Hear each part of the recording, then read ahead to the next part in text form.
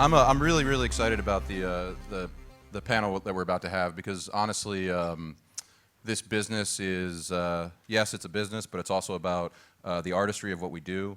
And there are the two folks that are going to join us here on stage. One is inarguably one of the most accomplished record executives in the world in the history of music. A guy that's done everything from bring back Mariah Carey's career to launch I don't know, maybe like 75% of the Billboard Hot 100 right now, between Pink and Justin Bieber and Usher and Rihanna. These artists that are massively successful all have one thing in common, and that's L.A. Reid. And then joining L.A. From an artist perspective is a young woman who has sort of done an incredible amount in her career for someone who's still so incredibly young. A star with Disney. My personal favorite detail is an early turn on Barney and Friends. Why is that funny? Why is that funny? And her current song, "Give Your Heart a Chance," is right now in the top 40 of the Billboard Hot 100. So I'd like to welcome to the stage two of the judges from X Factor, L.A. Reid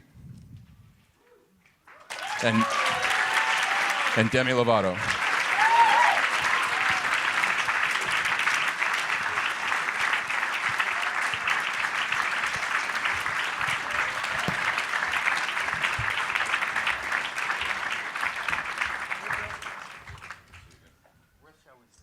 You guys can join me on this couch.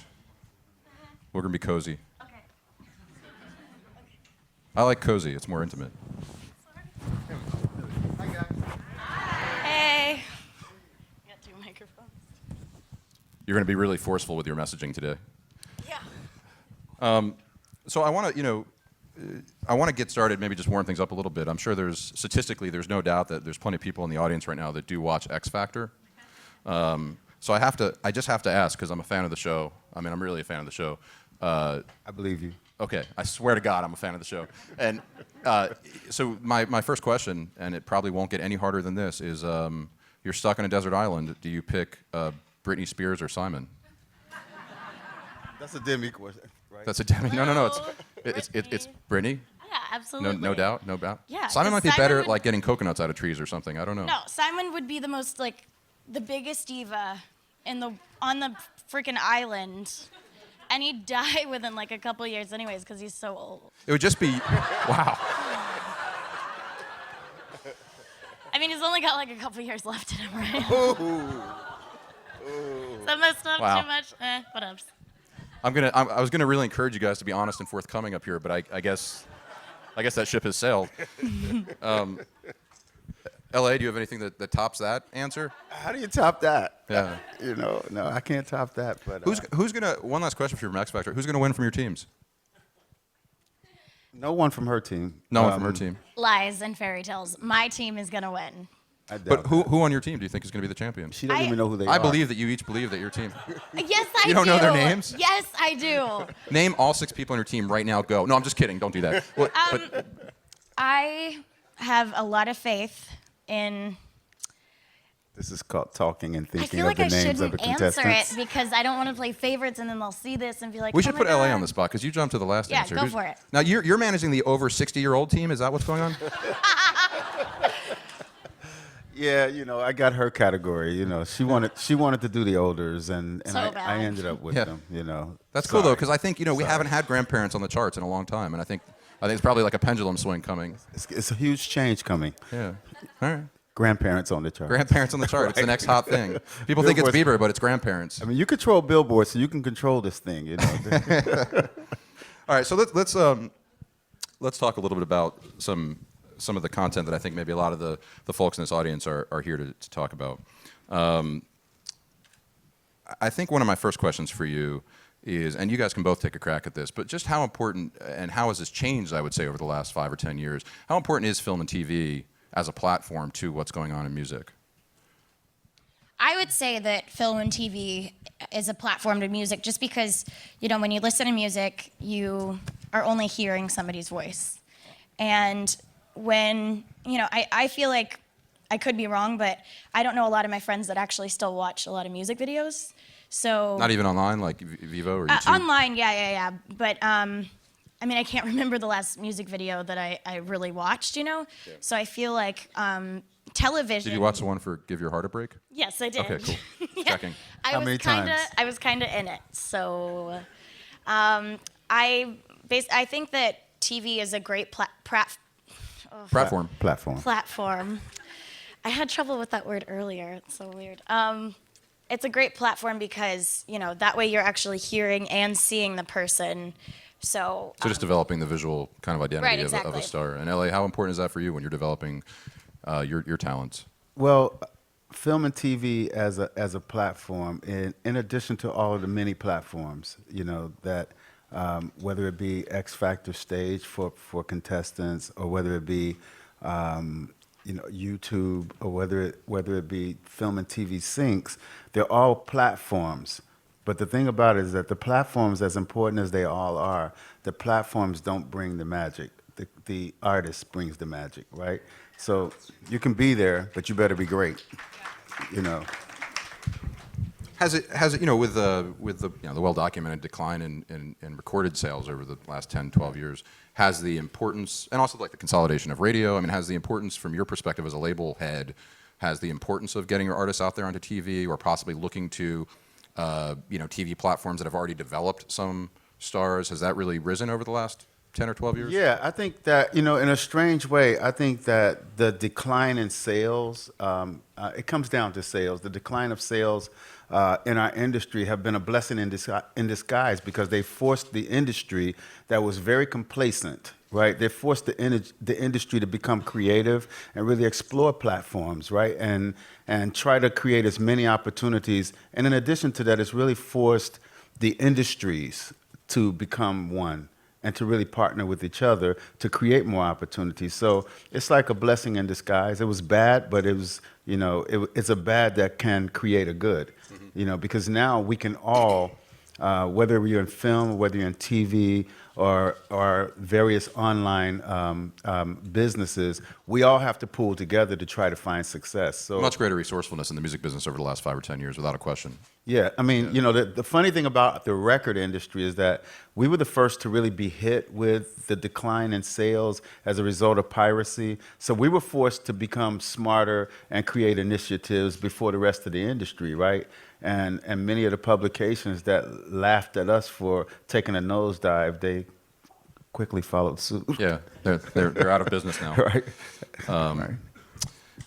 You know, you said it's about the artist, not the platform. But I mean, I would think you've had this experience before, where when an artist does place the right song in the right moment, in the right show or the right movie, it can really be a spark in a powder keg. Because kind of to Demi's point, it can really define who an artist is, or what that sound kind of means. Yeah, we're always looking for lightning in a bottle. We're always looking for what I call the stars to align, right? So whether it's with the right artist and the right song and the right platform and the right timing, when all of those things come together, it's magical, right? And everybody wins. The artist wins. Everybody wins. So we're always looking to create that magic, right? And the truth is, we can't really create it. We can only give our best effort. But when the stars align, that's when the magic happens. I think a lot of it too has to do with just timing and like putting it out there and working your hardest.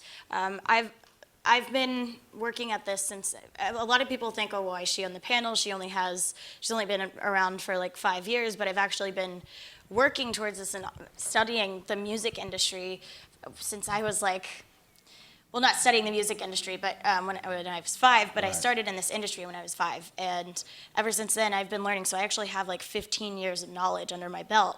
And I've tried my hardest ever since I was really young, but it just happened recently where, you know, X Factor, Give Your Heart a Break did well, and it just came together.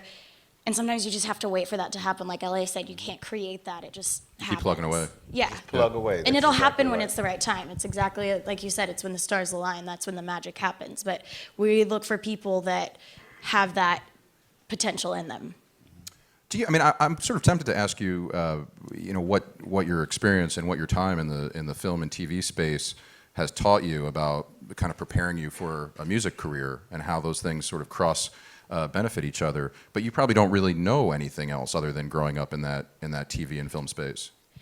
I had the best of both worlds. Like I had a childhood, and I was able to go to public school for a while.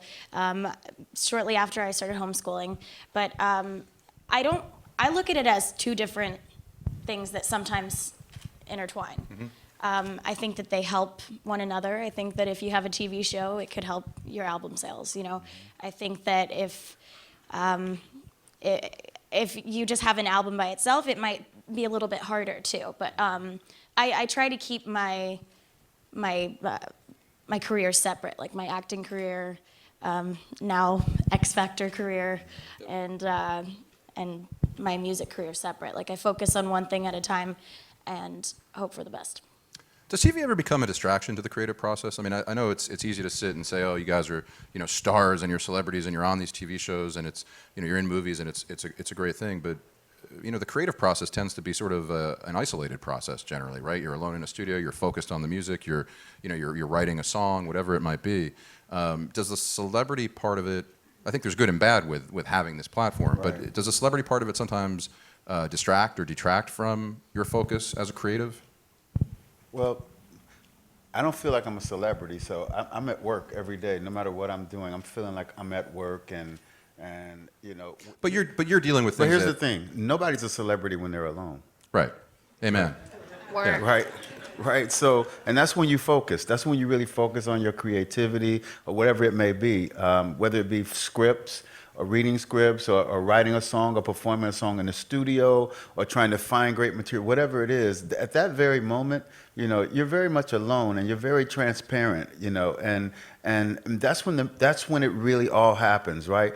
Anybody that takes their celebrity into the studio is bound to crash, right? You gotta leave that at home. Yeah. I think that's a really good point. It's funny, Nicole Kidman, I was just reading The Hollywood Reporter the other day, and Nicole Kidman actually wrote a piece in The Hollywood Reporter, and she was writing about working with Stanley Kubrick, and she quoted Stanley Kubrick as saying, you know, don't put me up on a pedestal, you know, like that's just the death of, to paraphrase, he was like, that's the death of creativity. It really is. Yeah. I mean, in a strange way, many people become a victim of putting themselves on pedestals, you know, and really starting to really believe it. You know, when I was very, very young, a performer that I was very close to, Bootsy Collins. I don't know who knows Bootsy, right? Come on, man, everyone knows Bootsy Collins.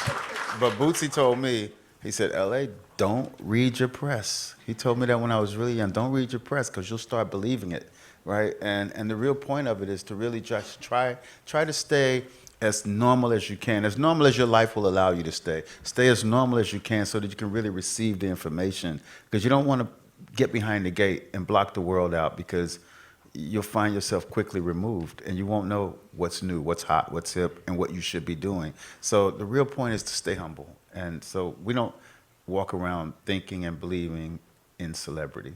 We just don't. In a way, you kind of become a robot when you do that. I feel like I went through a period of time where I was reading things about me online, and as much as it built me up, it also plummeted down, you know, and the negative things, I believe that too. I feel like the word celebrity, I just cringe when I hear it. I don't In your case, it's not applicable. The real word is superstar, so it's a little thanks. He's the best. I love how much these guys both love each other and both hate Simon. It's awesome. It was like a love fest back there. We're speaking on behalf of all Americans. So. Yeah. But And British people. I mean, it's not just... I can't speak for them.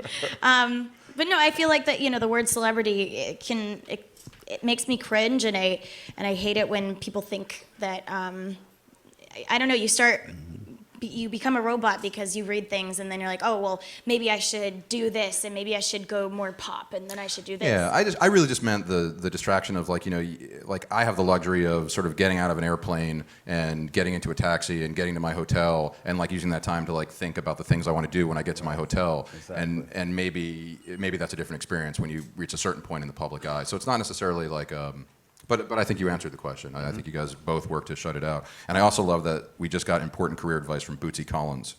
Don't read it. Which is not what I expected today. I'll be Look at totally the honest with you. pictures, just don't read it. Yeah.